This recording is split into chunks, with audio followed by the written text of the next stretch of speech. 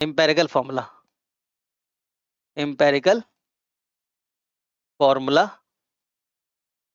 Empirical formula and molecular formula, molecular formula. तो formula का concept क्या है, देखो जो भी क्वेश्चन दे रखा होगा उसमें नंबर ऑफ एलिमेंट को मिक्स, मतलब नंबर ऑफ एलिमेंट को एक का जिक्र करेंगे, तो नंबर ऑफ एलिमेंट को तुम साइड में रख देना, कॉलम बना लो। जैसे नंबर ऑफ एलिमेंट तुमने लिख दिया, सपोज दैट हमने मान लिया कि नंबर ऑफ एलिमेंट जो है कार्बन है, हाइड्रोजन है और Cl है, ऐसा हमने एग्जांपल ले लिया, ठीक है। और उसके बाद तुम्हें दे रखा होगा percentage weight of that compound, जो भी कंपाउंड दिया होगा उसका परसेंटेज वेट दिया होगा। सपोज दैट हमने मान लिया कि इसका जो परसेंटेज वेट ले रखा है हमने, सपोज इसका ले लिया हमने 24.71%, ठीक है, 4.00%, ठीक है, और 71.04%, ये हमने परसेंटेज वेट ले लिया। तरीका क्या ध्यान रखना, कॉलम नंबर 1 में नंबर ऑफ एलिमेंट लिखोगे, उसमें दे रखा होगा परसेंटेज वेट लिखा होगा, मेंशन होगा इतने इतने परसेंटेज वेट है, उस परसेंटेज वेट को लिख लोगे। थर्ड कॉलम बनाओगे परसेंटेज वेट अपॉन में मॉलिक्यूलर वेट।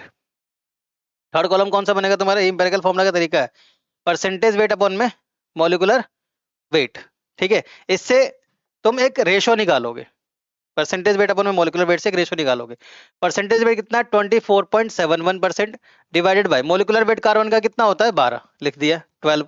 परसेंटेज वेट कितना दे रखा है 4.00 और मॉलिक्यूलर वेट कितना हाइड्रोजन का 1, तो 1 लिख दिया। परसेंटेज वेट Cl का दे रखा है 71.04 और मॉलिक्यूलर वेट कितना होता है 35.5, लिख दिया। इससे जो तुम्हारा एक सिंपलेस्ट फॉर्मूला आएगा यहाँ पे, ठीक है, इसको सॉल्व करो तो सिंपलेस्ट फॉर्मूला आएगा 12 को मल्टीप्लाई किया 2 से 24। इसमें क्या होता है राउंड ऑफ वाली वैल्यू लेते हो, मतलब अगर 5.6 है तो 5 ले सकते हो, 3.2 है तो 3 ले सकते हो, है ना, एग्जैक्ट वैल्यू नहीं लेना होता है।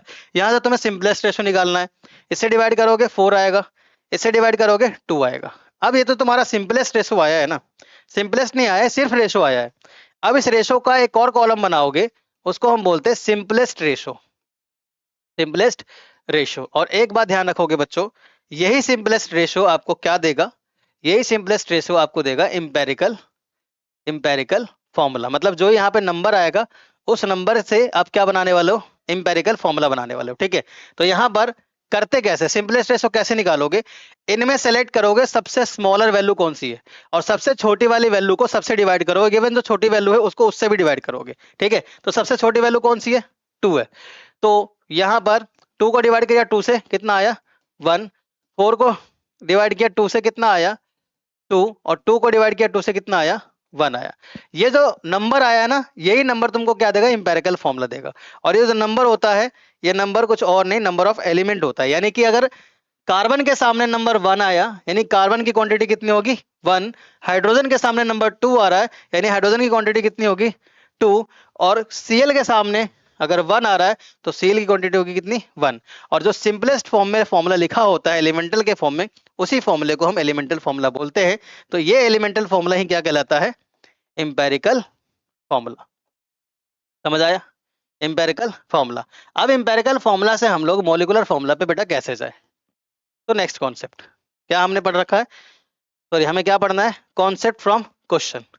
तो अगर आपको मॉलिक्यूलर फॉर्मूला निकालना है तो कॉन्सेप्ट लिखिए मॉलिक्यूलर फॉर्मूला का, एम्पेरिकल फॉर्मूला, ठीक है, एम्पेरिकल फॉर्मूला इनटू में n। अब यहाँ पे n क्या है, n यहाँ पे भूल मत करना कि नंबर ऑफ मोल्स है, यहाँ पर n का फॉर्मूला अलग है। तो मोलिकुलर मास अपॉन में इंपेरिकल मास, इन दोनों का रेशो क्या कहलाता है, n कहलाता है, नंबर ऑफ मोल्स नहीं है, जस्ट एक n डिजिट नंबर है। जिस नंबर के पता करते हैं आपका मोलिकुलर फॉर्मूला पता लग जाता है फ्रॉम इंपेरिकल फॉर्मूला, ठीक है। लेकिन उसके लिए क्या पता होना चाहिए, मोलिकुलर मास। इन केस अगर मोलिकुलर मास नहीं पता है बेटा तो क्या देंगे, कंफ्यूज करने के लिए वेपर डेंसिटी देंगे। वेपर डेंसिटी का फॉर्मूला क्या होता है, मोलिकुलर मास डिवाइडेड बाई 2। तो ऐसे भी क्वेश्चन आ सकता है और इवन आया है एग्जाम में, ठीक है। तो मोलिकुलर मास तुम यहाँ से निकाल लोगे, वेपर डेंसिटी मल्टीप्लाई बाई 2, इससे मोलिकुलर मास निकाल लोगे और इस मोलिकुलर मास को यहाँ पुट कर दोगे। और इंपेरिकल मास कैसे निकलेगा, ये तरीका है इंपेरिकल फॉर्मूला निकालने का, इससे तुम इंपेरिकल फॉर्मूला निकाल लो, इंपेरिकल फॉर्मूला से मोलिकुलर फॉर्मूला निकाल लोगे, ठीक है। अब इस क्वेश्चन के फॉर्म में हमने इंपेरिकल फॉर्मूला तो निकाल लिया, सपोज दैट कि हमें मोलिकुलर फॉर्मूला भी पूछ रहा है इसी क्वेश्चन का, तो क्या करेंगे, तो यहाँ पर एक कंडीशन इनको गिवन होना चाहिए था सपोज दैट मैं दे देता हूँ गिवन मोलिकुलर या molar, given molar mass is 98, ठीक है, मोलर मास इज 98 और हम क्या निकाल रहे हैं, मोलिकुलर फॉर्मूला अभी वाले क्वेश्चन का। तो पहले हमें क्या, मोलर मास तो पता लग गया, अब हमें इंपेरिकल मास निकालना पड़ेगा। तो क्या, CH2Cl, इसका मास निकालिए। कार्बन का कितना होता है 12, हाइड्रोजन का 2 और प्लस में Cl का 35.5। सॉल्व कीजिए इसको, कितना आएगा 12 2 14 और 35.5, कितना आ जाएगा 594 49.4 49.5, ठीक है। ये आ जाएगा, ये आ गया इंपेरिकल मास, ये रहा मोलिकुलर मास। हम क्या निकाल सकते हैं, n निकाल सकते हैं। क्या निकाल सकते हैं, n। तो n इज इक्वल टू क्या है, मोलर मास 98, इंपेरिकल मास 49.5। सॉल्व करोगे कितना पे कट जाएगा, 2 पे कट जाएगा, ठीक है। अब n कितना आ गया यहाँ पे, n आ गया 2, और n अगर 2 आ गया तो हम मोलिकुलर फॉर्मूला निकाल लेंगे, जो क्या होता है इंपेरिकल फॉर्मूला इनटू में n। तो इंपेरिकल मोलिकुलर फॉर्मूला पूछा है ना, देखिए एक मिनट। मोलिकुलर फॉर्मूला हमसे पूछा है, मोलिकुलर फॉर्मूला हमसे पूछा है, हमने n निकाल लिया, और n निकालने के बाद हमें पता है empirical formula multiply by n होता है। तो मोलिकुलर फॉर्मूला हमें निकालना है, इंपेरिकल फॉर्मूला हमारे पास है CH2Cl, और n का वैल्यू हमने 2 निकाल लिया। क्या आ जाएगा, कार्बन से 2 में मल्टीप्लाई करो C2 आएगा, हाइड्रोजन को 2 से मल्टीप्लाई करो H4 आएगा, और ये Cl2 आ जाएगा। ये आ गया बेटा मोलिकुलर फॉर्मूला, ठीक है। तो ये था इंपेरिकल और मोलिकुलर फॉर्मूला का कॉन्सेप्ट। अब आते हैं क्वेश्चन पे। कह रहा है एक ऑर्गेनिक कंपाउंड है, एक ऑर्गेनिक कंपाउंड है, और इस ऑर्गेनिक कंपाउंड में 78% कार्बन है, 78% कार्बन है। पहले लिख लो डाटा को, कार्बन कितना है, मोलिकुलर वाट इसका वेट होता है इसका, ये 78% है, यानी कि आपको क्या दे दिया, परसेंटेज वेट दे दिया, ठीक है। जिस फॉर्मेट को पढ़ाया था उसी फॉर्मेट पे क्वेश्चन जा रहा है। रिमेनिंग परसेंटेज ऑफ हाइड्रोजन, बाकी के जो बचे परसेंटेज है वो किसका है बच्चे, हाइड्रोजन का है। यानी हाइड्रोजन का परसेंटेज कितना आ जाएगा, 70, 100 में से 78 माइनस करोगे 22% आ जाएगा। क्या बताया आपको, एलिमेंट मिल गया कॉलम, दूसरे कॉलम परसेंटेज वेट मिल गया। अब परसेंटेज वेट अपॉन में एटॉमिक वेट कर दोगे, परसेंटेज वेट अपॉन में एटॉमिक वेट करके एक रेशो निकालोगे। तो 78 अपॉन में 12, ये 12 6 72, 72 पे जाएगा, यानी 6 पे जा रहा है। और ये 22 अपॉन में 1, ये जा रहा है 22 पे ही जाएगा, ठीक है, सिंपल है। तो अब यहाँ पर क्या है, जब ये रेशो निकलता है इसके बाद एक सिंपलेस्ट रेशो जाते हैं, उसमें क्या करते हो, उसमें क्या करते हो आप, उसमें जो भी वैल्यू आएगा उसमें सबसे छोटी वैल्यू देखोगे, तो छोटी वैल्यू यही है, और उसको डिवाइड करते हो सबसे, उससे भी।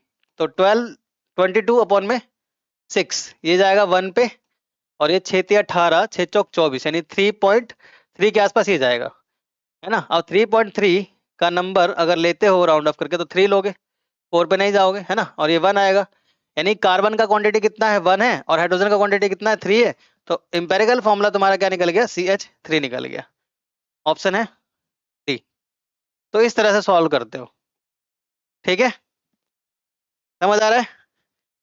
तो सेशन को लाइक करो, शेयर करो, जो भी नीड है, जिनको भी बच्चों को भी नीड है उन तक ये पहुंचाओ, ठीक है। और कमेंट जरूर करना कैसा लगा लेक्चर। चलो बात करते हैं, अब नेक्स्ट क्लास में मिलेंगे आपको नए, मतलब अभी मोल कंसेप्ट ही चलेगा, उसके बाद फिर दूसरा चैप्टर लेके आएंगे। फिर कमेंट कर सकते हो कौन सा चैप्टर में ज्यादा डर लग रहा है, ज्यादा दिक्कत कौन से चैप्टर में, उसको भी हम आसान बनाएंगे। तब तक के लिए चलते हैं। Thank you for watching my lecture, okay.